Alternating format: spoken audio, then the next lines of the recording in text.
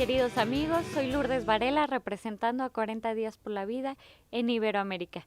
Me acompaña el padre Roberto Funes, quien es nuestro capellán aquí en México y aparte es el párroco de la Sagrada Familia y integrante de los Cruzados de Cristo Rey. Hola Lourdes, ¿qué tal? ¿Cómo estamos? Qué alegría saludarnos. Oiga, padre, pues cuéntenos su experiencia. ¿Cómo es que llegó usted aquí a colaborar con nosotros en 40 Días por la Vida? ¿Cómo no? Muchas gracias Lourdes. El tiempo que 40 días por la vida en México ha ido caminando, hemos podido acompañarlo gracias a Dios y yo creo que vale la pena contar de qué manera Dios se abre puertas. No es despreciable la historia de nadie y mucho menos cuando en esa historia Dios se hace ver. En mi caso, pude estar un tiempo fuera de la Ciudad de México, me enviaron a estudiar a Roma, estuve haciendo una licencia en teología patrística, es una especialidad de historia, y al regresar a la Ciudad de México, mi comunidad me dio la responsabilidad de guiar a los que estaban estudiando la última parte de la formación del sacerdocio entre nuestros alumnos. Ellos estaban estudiando la teología y al llegar yo con ellos hicimos algunas reuniones para ver cómo organizarnos, qué actividades eran las que principalmente queríamos hacer. Como mi comunidad está configurada como una sociedad de vida apostólica, es muy importante para nosotros el apostolado, poder hacer algo por alguien de manera que lo llevemos a Cristo. Y una de las características que tiene nuestra ciudad es que está llena de grandes dificultades. La pobreza, la misma migración, las drogas, la violencia. Y entre todas las dificultades que veíamos, en mi comunidad pensamos, ¿qué podemos hacer por esta ciudad? ¿Qué podemos hacer dentro de la Ciudad de México por la iglesia y por los habitantes de ella con todas estas problemáticas? Entonces nos reunimos, estuvimos haciendo oración, estuvimos pensando, rezando el rosario varias veces, varias horas, y nos reuníamos a orar y salíamos a hablar un poco después de orar, a ver qué cosas nos parecía que Dios nos estaba pidiendo en ese momento. De una manera significativa, en una de las pausas que tuvimos, mientras estábamos preguntándonos qué vamos a hacer, llegamos a dialogar y a concluir que el asunto más grave en la ciudad no era la violencia, no era tampoco el tema de la pobreza, porque tanto los pobres como los que sufren violencia tienen oportunidad de defenderse. Nos dimos cuenta que también el caso de los migrantes, también el caso de las dificultades económicas, las sufren personas que tienen de la manera de responder a ellas. Pero estaba empezando en México un problema gravísimo en el cual las víctimas no podían defenderse. Y por lo tanto concluimos que nuestro trabajo principal tenía que ser la defensa de la vida. Y sin embargo, mientras nos interrogábamos cómo defender la vida, empezamos a hablar con algunas personas, pero todavía no encontrábamos exactamente el modo con el cual podíamos encauzar la mayor parte de nuestros esfuerzos por este problema.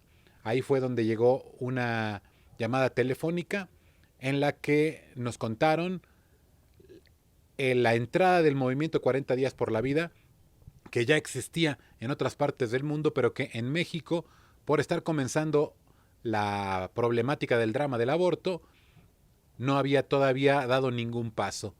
Y entonces, para mí, el testimonio es lo providencial de una llamada por teléfono en el momento en que yo me estoy preguntando junto con mi comunidad qué vamos a hacer para defender la vida en esta ciudad.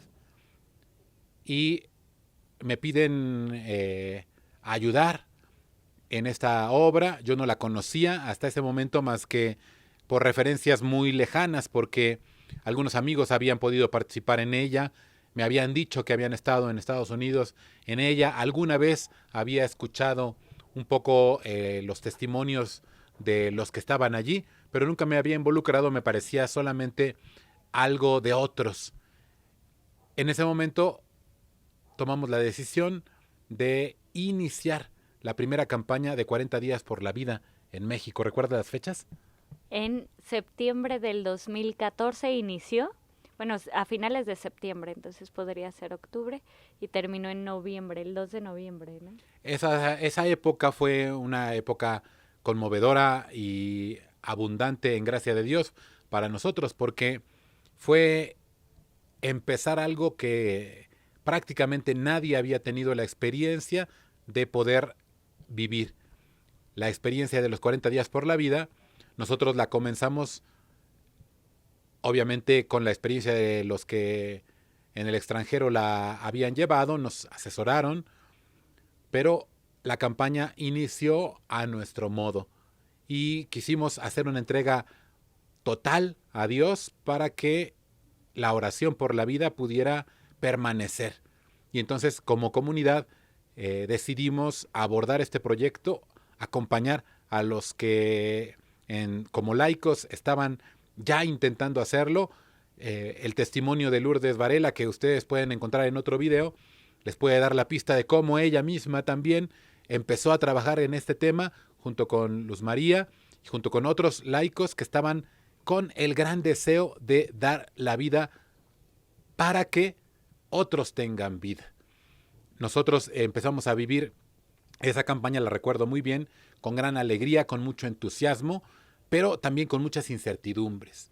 Era un momento en el que no sabíamos qué tipo de respuesta íbamos a encontrar, por un lado, internamente dentro de el grupo de personas que tienen fe en la ciudad, que no nada más son la Iglesia Católica, que también son parte de otras confesiones religiosas, y por otro lado, la respuesta que íbamos a encontrar de parte de quienes no participan de la fe y de quienes son autoridades tanto en los lugares en los que se practica el aborto, que llamamos abortuorios, centros de muerte, así como de autoridades públicas que también estaban respaldando, por un lado de manera jurídica, con la legislación por la muerte, y por otro lado de manera práctica e incluso económica, con el sustento de lo que se necesita para que alguien llegue a abortar. Descubrimos que había muchas campañas en el mundo de 40 días por la vida que se plantaban delante de un abortorio, y nosotros comenzamos esta gran obra, esta gran tarea de orar por la vida, pensando en un lugar en el que fuera significativo. Y junto con nuestros hermanos que ya tenían esta intención, decidimos empezar la campaña, no con pocas expectativas, con gran esperanza. Yo algunas veces ya había ido a otros lugares en los que se practica el aborto a rezar. Me había Dios concedido la gracia y la fortuna de escuchar a algunas personas que trabajaban en este tema. No me era completamente nuevo, pero ir, plantarse, estar allí 24 horas orando, fue una experiencia transformadora tanto para mi ministerio como sacerdote, como para las personas que yo veía que se acercaban a la campaña, que empezaban a entrar en ella, que se empezaban a notar, pero que también tenían una historia cada uno que contar. Para mí, poder participar en este movimiento fue abrirme a escuchar innumerables historias, tanto de los voluntarios que se iban agregando poco a poco a la campaña, como los que se enfrentaban con nosotros, nos rechazaban, y con los que poco a poco empezaban a darse cuenta que en esta lucha por la vida es necesario que muchos otros trabajen, y que empezaban a involucrarse no solamente como voluntarios, sino también como directores de campaña de las siguientes y de los años posteriores en los que hemos estado trabajando por la vida. Sí, perdón. adelante, sí. Y obstáculos, o sea, del momento en que usted dijo, bueno, va, al momento en que nos paramos por primera vez frente a ese abortorio, además de las expectativas que había, obstáculos internos y externos que usted pasó para llegar ahí?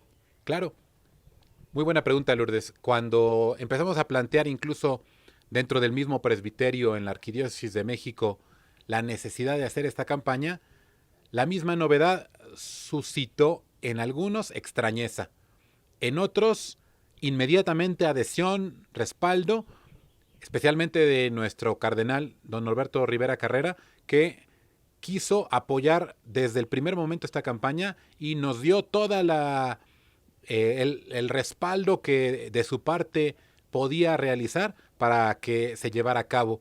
Pero también no faltaron las voces de los que les parecía incomprensible el que nosotros lleváramos los actos de la fe de la oración a la vida pública, a la calle, al lugar más dramático. Más de alguno decía, no te hace falta rezar allí. Tú no tienes que hacer eso, porque vas a lastimar a esas personas, vas a molestarlas, vas a juzgarlas. Y yo creo que todavía algunas personas podrían tener estos prejuicios delante de la campaña. Los rechazos de los que creen a algunos les pueden hacer mucho ruido. En lo particular, yo lo viví como toda una oportunidad que Dios en realidad me estaba dando para hacerles comprender cómo la oración también es un apostolado. Y algunos de los que objetaban la presencia pública de la fe orando fuera de un lugar en el que matan niños, muchas veces llegaron a interrogar su propia postura cuando se daban cuenta que esa oración es sumamente eficaz y que esa oración no busca condenar a nadie, sino que busca darle al niño que está por morir una última compañía de fe que le niegan sus propios familiares, su madre, su padre, que le niega las instituciones sanitarias porque le están procurando la muerte, le niega el doctor, le niega la enfermera, le niega el sistema jurídico que admite que lo maten. Ese niño está sumamente solo. Ir ahí y orar se convirtió para nosotros desde la primera campaña en una obra de misericordia. Consolar al que sufre, en los términos de la vida cristiana, es un camino de santidad. Y para nosotros fue también la oportunidad de abrir nuestro corazón a el drama de estas mujeres, muchachas que están caminando allí y a darles una mano. Cuando empezamos a ver los frutos, cuando empezamos a ver cuántas muchachas empezaban a decir, yo no voy a abortar, me lo voy a pensar, empezamos a tener una nueva comprensión de nuestra misión. No solamente era acompañar a los niños, también era acompañar a las mamás y darles la oportunidad de encontrar en las instituciones que les ayudan e incluso si fuera necesario en la adopción, una salida para no mancharse de la sangre de sus propios hijos. Primeras objeciones, entonces, primeras dificultades dentro, los que no comprendían, los que pensaban que la oración debía guardarse en la sacristía y los católicos deben estar nada más metidos del templo para adentro. Cristo no quiere eso. Cristo dijo, si se enciende una vela, se enciende para que ilumine, no para ponerla debajo de una cubeta, debajo de un celemín. Si una lámpara se prende para que alumbre a toda la ciudad. No se pone para que se guarde abajo de un monte, sino arriba, para que se note. Y la vida y la fe de los cristianos debe notarse. Y si nosotros creemos que se está cometiendo un asesinato, no podemos ser indiferentes. Tenemos que ir a decirle a esa persona, hay una oportunidad para que tú no camines por las sombras de la muerte. Esas fueron las primeras objeciones de dentro. Luego también otro tipo de objeciones de fuera. Aquellos que, escuchando a los católicos que empezábamos a lanzar también algunas campañas en las redes sociales, empezamos a promoverlo hasta donde estuvo en nuestras manos, en los medios de comunicación que nos abrieron la puerta, más de alguno empezó también a objetar y a decir que no teníamos derecho a realizar una acción así fuera del templo. Y ante esas personas hubo que también argumentar desde el punto de vista de la razón, porque muchos de ellos no comparten nuestra fe, que la ley en México no está opuesta a las manifestaciones de la fe. Todo lo contrario, por la misma legislación que actualmente rige nuestra patria, los que creen tienen el derecho de expresar su fe y de libremente manifestar su opinión en cualquier orden. Y, sin embargo, los que empezaron a rechazar estas manifestaciones de fe que encarna 40 días por la vida orando fuera del abortorio, nos rechazaban también de manera directa, frontal, más de una vez. Llegaron a querer insultar, a agredir. Alguno de los voluntarios sufrió incluso físicamente empujones, condenas que llamaban por teléfono a las autoridades, inventándose una historia en la cual nosotros éramos perturbadores del orden. El movimiento 40 días por la vida tiene como característica fundamental la oración, pero también el vivir pacíficamente las vigilias. Nosotros no confrontamos a nadie. Y entonces esta confrontación, estos obstáculos de afuera, llegaron cuando estando en la campaña, empezaron a organizar incluso a contingentes de personas para que fueran a insultarnos, para que fueran a agredirnos, para que fueran a lastimarnos, de manera que nosotros, viendo sus agresiones, nosotros cediéramos en esta voluntad. ¿Por qué lo hacían? Porque se daban cuenta que con este testimonio iban a quedar evidentes a todos los que pasaran delante de allí, de ese lugar, que se estaba cometiendo un asesinato. Y que por eso los católicos nos estábamos reuniendo a orar allí enfrente de ellos.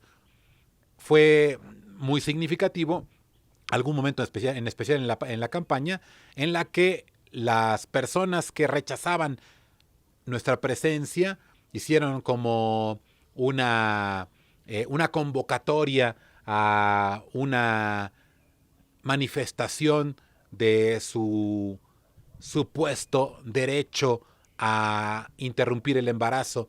Y los católicos, al darse cuenta que iba a ocurrir eso junto a la campaña, no solamente se congregaron ahí en un número desproporcionalmente mayor a los que pensaban rechazarnos, sino que sobre todo empezaron a involucrar su vida, su corazón, en la defensa de la vida y en la defensa de los bebés. Fue verdaderamente conmovedor un momento de la campaña en la que unas cuantas personas, yo creo que no sería ni un puño de personas, que me sobran los dedos de las manos para decir la gran convocatoria que habían hecho para rechazarnos, juntó a una decena o más de personas. Y en cambio los que por la fe estaban allí orando, eran varias centenas de personas orando. Recuerdo muy bien el testimonio de uno de los sacerdotes que también afortunadamente tuvo el valor de presentarse ahí. Me decía: padre, yo aquel momento de oración, aquellas personas insultándonos y todos rezando y todos de rodillas, se hicieron grupos entre tantas centenas de personas, era imposible hacer una oración juntos común, porque la oración no quería ser en voz alta, quería ser una cosa discreta, cada quien en grupos haciendo su oración, pidiendo cada uno a su manera, y los otros rechazándonos altivamente, queriendo levantar la voz, queriendo provocarnos. Yo sentí que aquello era como a tal vez podría llegar a ser el purgatorio, cada quien pidiendo a Dios perdón por la muerte de un inocente. Cristo es el inocente, a cuya muerte todos hemos colaborado por nuestros pecados. Y esta realidad se proyecta de alguna manera dramáticamente en la muerte de cada niño, de cada bebé que muere en una institución que practica el aborto y que eufemísticamente llaman interrupción del embarazo. es la interrupción del derecho, de la vida de un pequeño. Luego, estas objeciones, estos rechazos se han hecho también, se han convertido también luego en campañas mediáticas que en esa primera campaña y en otras quisieron enarbolar contra nosotros, acusándonos de hacer algo que nunca hacemos, de lastimar, de insultar. Yo les invito a todos a ir a la campaña de 40 días por la vida y que vean quién es insultado. Nosotros vamos ahí a orar. Si hay rechazo, es de parte de quien está del lado de la muerte. Además, obviamente, intermedio entre los rechazos externos y los rechazos que podría a lo mejor internamente encontrarse, están las luchas de nosotros mismos, ¿verdad? Porque los que vamos ahí no somos perfectos. Los que vamos ahí también tenemos nuestros defectos. Los que estamos ahí también fallamos. Y desde las pequeñas dificultades que se va encontrando en el camino quien va a orar, pues es como cuando alguien va a rezar a la iglesia. Apenas toma el camino, le llega una voz que le dice, no te hace falta, no debías de estar ahí. Y que, como el enemigo lo suele hacer, desplaza la atención del sujeto del acto de fe, que es Dios. Vamos a pedirle que interceda por estos pequeñitos, a ver a los demás. Y es la gran tentación de todos los que trabajan por la vida. En vez de mirar a Dios, mirarse a sí mismos y empezar a ver, aquel no cumple, aquel dice y no hace, aquel no lo hace como yo, aquel lo hace de una manera equivocada. Poder superar todas estas dificultades fue otro género de pruebas que siempre nos ocurrirán, porque en la vida la iglesia tiene un camino y en este camino el enemigo va a poner obstáculos para que empiece, obstáculos si empieza, obstáculos si continúa y obstáculos hasta el último día si está por terminar. Así es la vida de todos. Pero la vida, lo dijo ya el santo Job en la palabra de Dios, es milicia. Es decir, la vida de un creyente está llena de obstáculos y no hay manera de evitarlos. Pero Dios es más grande que todos los obstáculos. No debemos de tener miedo. Cualquier obstáculo puede darle miedo a alguien que no sabe que está Dios con él. Como un niño pequeño puede sentir miedo, pavor y hasta terror por una pequeña hormiga que se le pasa enfrente. Pero si está con su madre, naturalmente el consuelo de ella le hace superar toda dificultad. Amigo que nos ves, tú también a lo mejor tienes un miedo, una tristeza, algo a lo mejor te da temor en tu corazón. Dios es tu refugio, Él es la roca firme. Si nos tomamos de Él, todos estos obstáculos que parecen grandes no son más que una pequeña hormiga que a lo mejor por la pequeñez de nuestra fe la vemos como muy grande, pero no es nada, porque todo el mal de todo el mundo no es más que un destruir, y lo que Dios hace es un construir. Lo que tiene sentido es lo que es la vida de Dios, y los actos de fe que nosotros realizamos son infinitamente más grandes que todos los obstáculos que nos podamos encontrar fuera. Oiga, padre, ¿y usted ha visto algún milagro ahí en las campañas de oración que hacemos en la calle? Muchos. ¿Puede contarnos alguno? Sí, por supuesto. La primera campaña ya lo testimonió varias veces, lo hicimos en nuestras redes sociales, varias veces lo contamos. La ocasión, digamos, la primera ocasión que yo tengo así claro de ver la obra de Dios, digamos, contundente, es con un momento en el que la campaña estaba haciendo la oración delante del lugar en el que están los abortos.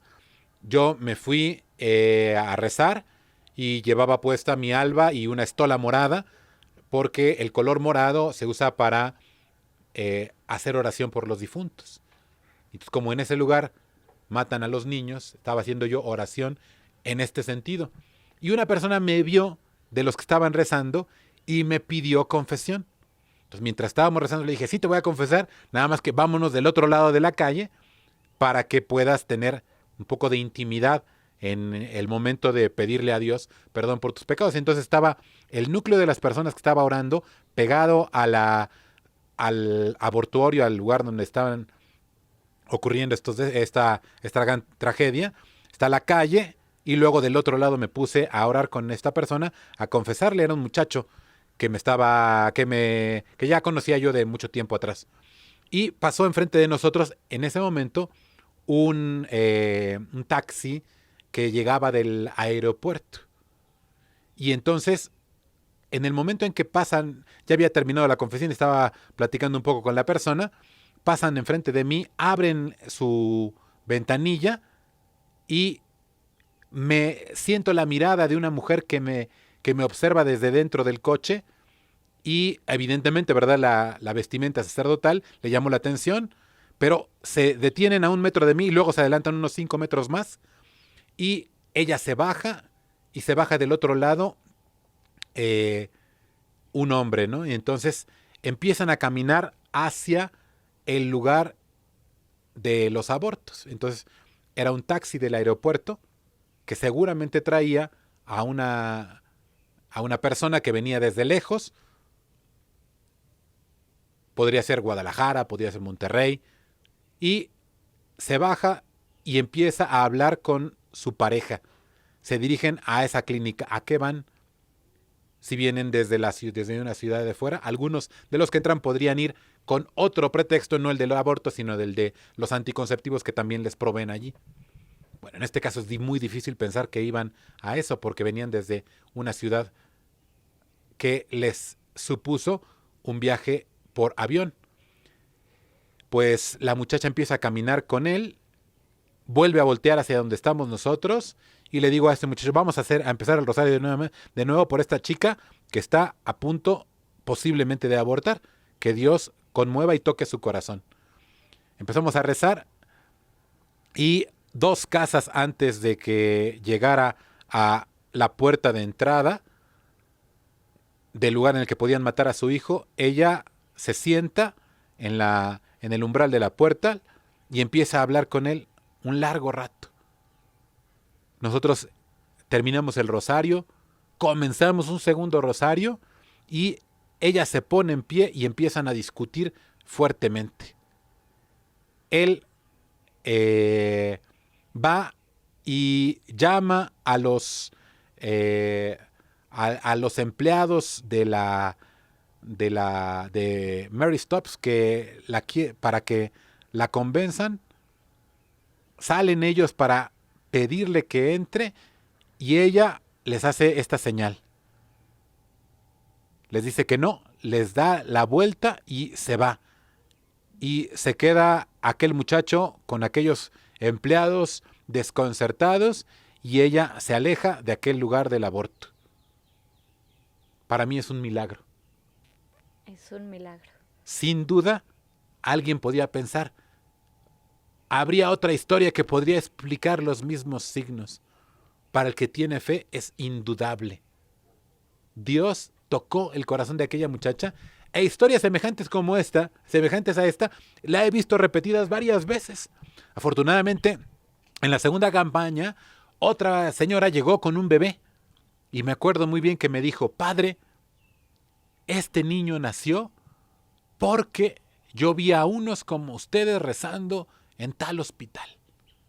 La campaña de 40 días por la vida no es más que la concreción de un esfuerzo que los católicos han hecho por años y años desde que el aborto se ha convertido en una práctica conocida y practicada con asiduidad en nuestras ciudades, aun cuando algunas veces está todavía no permitida.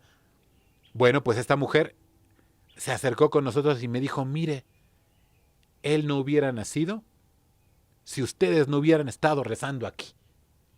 A mí me conmovió profundamente porque fue como un mensaje de Dios que nos estaba diciendo, sigan orando, aunque no vean los frutos. Un montón de personas han hablado con chicas, han acompañado las han acompañado a lograr que la vida que está en gestación en su vientre se convierta en la felicidad de un hijo. Este es un gran milagro. Cada vida es un milagro. Y cuando las sombras de la muerte acechan el corazón de una mujer que quiere quitarle la vida, Dios le da muchas salidas. Ser parte de una es una gran alegría. Es una gran alegría, aun cuando en la vida también ella tenga que sufrir dificultades, oposición. Me conmueve mucho la ocasión de una pareja que en la campaña que está en el periférico, enfrente de el Mary Stops que se encuentra allí, me enviaron a 2 chicos que iban a entrar y que los abordaron, pero que en realidad no sabían qué exactamente qué iban a hacer. Ellos les platicaron en qué consiste el aborto, desistieron y él estuvo constantemente conmigo, platicándome, diciéndome el drama de cómo lograr superar esta dificultad. Eran menores de edad todavía los papás de esta criaturita. Dios les concedió no darle paso a la muerte. Si tu amigo o si tu amiga conoces a alguien que esté en este drama, ten confianza, no son tus palabras, ni siquiera es la fuerza de tu voluntad. Es Dios el que quiere salvar una vida. Hay que hacerlo y hay que dar este testimonio, porque este testimonio, Lourdes, se va a repetir muchas veces. Así es. Padre, hay muchos líderes y voluntarios de 40 días por la vida que nos están viendo y que sufren mucho al llevar la campaña. ¿Por qué? Porque así como nosotros viven o pasan por obstáculos, por contradicciones internas, y bueno, ya sabe todas las oposiciones que se presentan. Entre ellas dicen que les cuesta mucho trabajo encontrar el acompañamiento espiritual. Sacerdotes a veces que les den como que su venia o que de alguna manera les digan que adelante. Hay campañas que incluso sufren oposición de la misma iglesia. ¿Qué les recomendaría a ustedes a esos líderes? Recordarles que la iglesia no es perfecta. En su dimensión humana está compuesta de pecadores.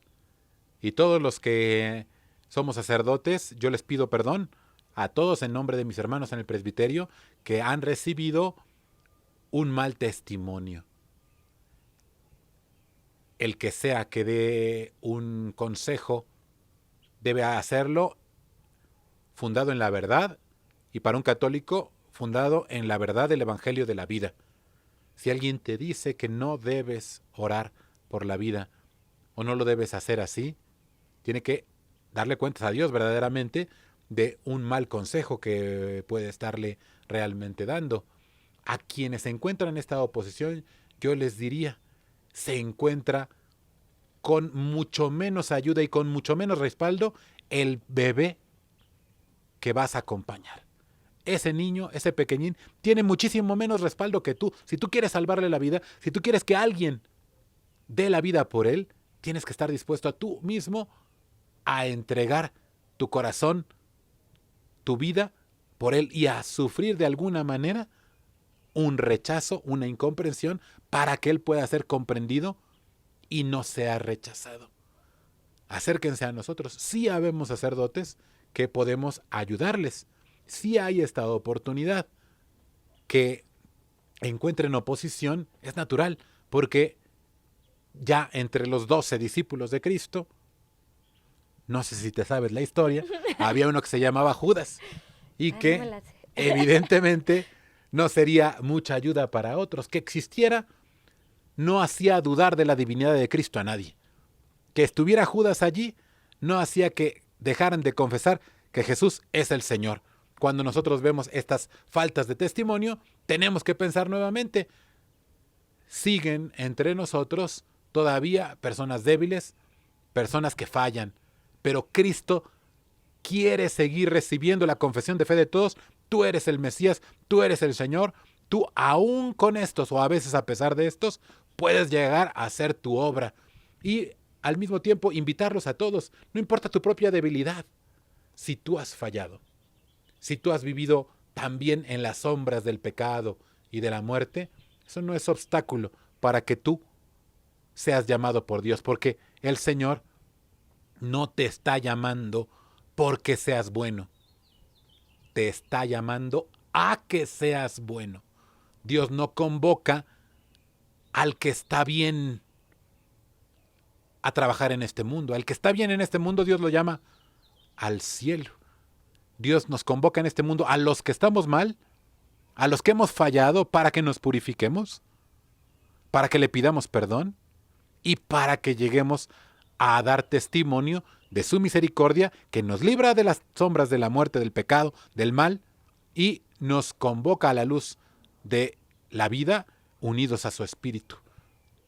Que todos los que experimenten esa tentación de dejar el bien, porque algunos de los que deberían ser buenos no lo son, que recuerden que Cristo es el único bueno y es la única garantía, y en realidad es nuestro verdadero sostén. Si haces el bien porque otros están bien, a lo mejor estás buscando su aplauso. Si tú haces el bien a pesar de que algunos no comprenden tu obra o incluso la rechazan, es muy posible que tú estés entonces trabajando solo por Cristo nuestro Rey. Gracias, Padre. Después de 8 campañas que lleva usted en 40 días por la Sí. vida, ¿vale la pena? Vale muchísimo la pena. Yo les diría que cada campaña es subir un escalón en tu vida espiritual.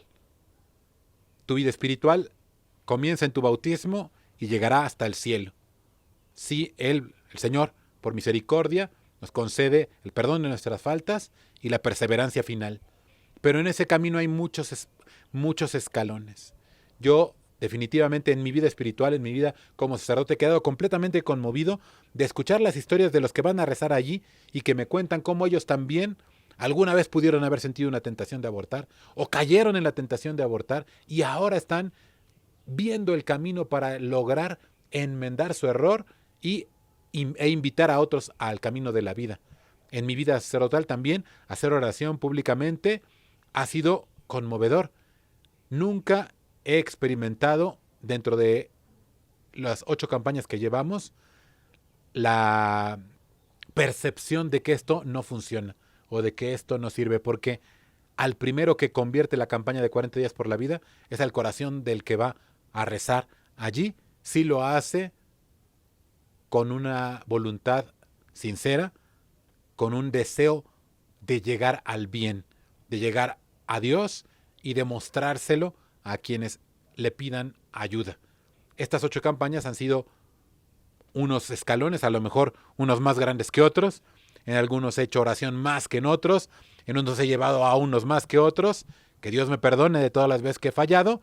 Pero siempre está la oportunidad de Dios de decirnos, hay una campaña más. Puedes todavía incorporarte y orar por esos pequeñitos. Gracias, Padre. Una pregunta más. Venga. Una última y nos vamos.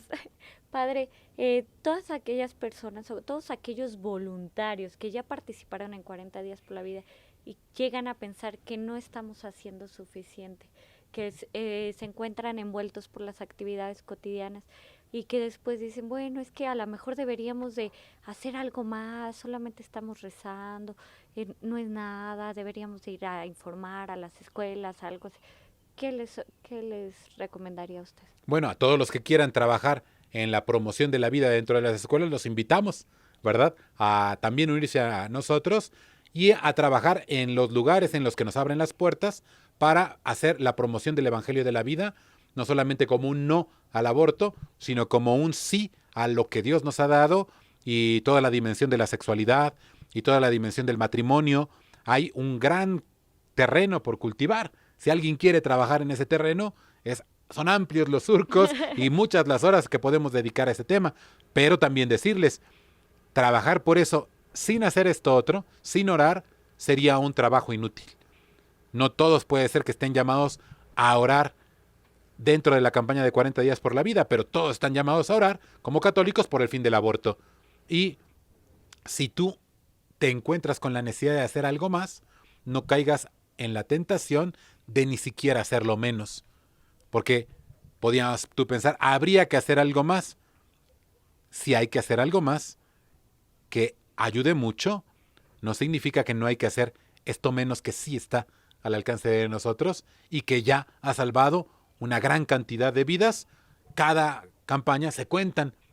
En la página de 40 días por la vida hay un contador que nos va señalando cada testimonio, así como los que hace un momento referimos, de personas que han llegado a salir de la voluntad de matar para darle la vida a su hijo. Y entonces, si esos niños valen la pena, si cada vida humana es lo más preciado que tenemos en el mundo, entonces toda la oración tiene un gran fruto con que haya una sola vida. Y si hubiese más, habría más frutos por la bondad de Dios, ya desde el corazón del que se aproxima ahí, queriendo hacer lo que Dios le pide. Muchas gracias, Padre. ¿Algún último mensaje que nos Sí, quiera dar? decirles a todos que estar allí en oración es estar como la Virgen María junto a la cruz. La Virgen María no se alejó de Cristo, no dejó de orar, aunque veía su cuerpo desgarrado. Los que estamos en 40 días por la vida, vemos cómo salen las bolsas con las partes de los niños destinadas a la basura. Estamos acompañando a la Virgen que no solamente acompañó a Jesús cuando su cuerpo se desgarraba hace 2000 años en el crucifijo. Estamos acompañando a la Virgen que ve unido al cuerpo de Cristo la muerte de estos otros pequeñitos.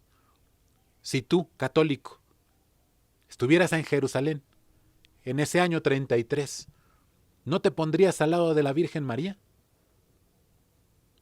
Has nacido unos 2000 años más adelante, pero ella sigue conmovida con el sufrimiento físico de los miembros del cuerpo de su hijo. Acompáñala, ven a orar con nosotros, ponte con ella, que ni uno de esos pequeñitos muera solo, oremos siempre juntos por ella, por él, por ese pequeñín y por todos ellos que en cualquier parte del mundo les alcanzan las sombras de la muerte. Que viva Cristo Rey. Que viva Cristo Rey.